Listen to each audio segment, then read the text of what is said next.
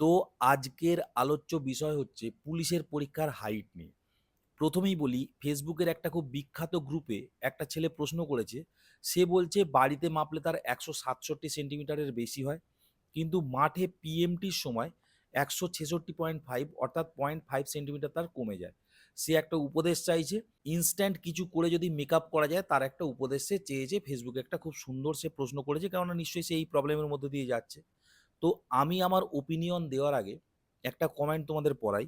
আমি একজনের কাছে শুনেছিলাম এসএসসি জিডি সিপিওতে হাইটের জন্য মাথার তালুতে গাঁটটা মেরে হালকা ফুলিয়ে দিত।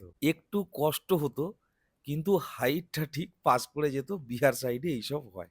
তো আমি জানি না এইটার মধ্যে কতটা সত্যতা আছে, বা ০.৫ অ্যাকচুয়ালি খুব কম, ০.৫ সেন্টিমিটার।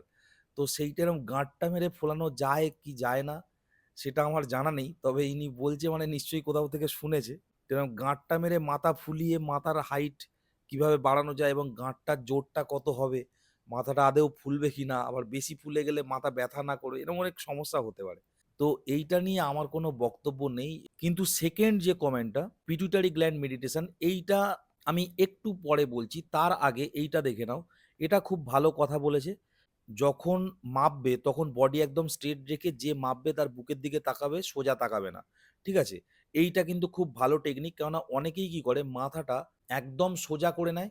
সোজা করে নিয়ে যেটা করে, শরীরটাকে এরম বেন্ড করে দেয় উল্টো দিকে। সুতরাং এখানে কিন্তু হাইটের একটা ফারাক পড়ে যায়।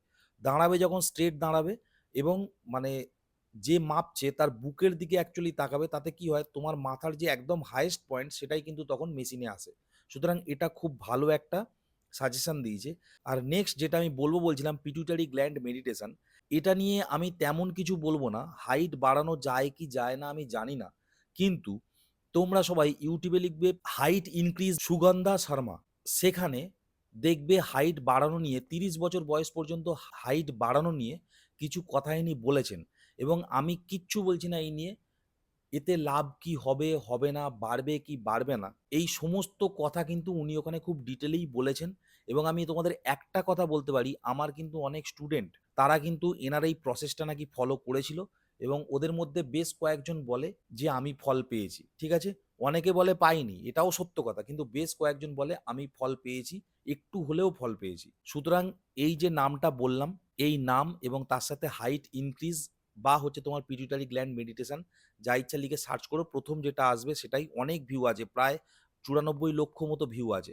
ঠিক আছে? সেটা একবার তোমরা দেখতে পারো। যদি তোমাদের কাজে লাগে তো খুবই ভালো।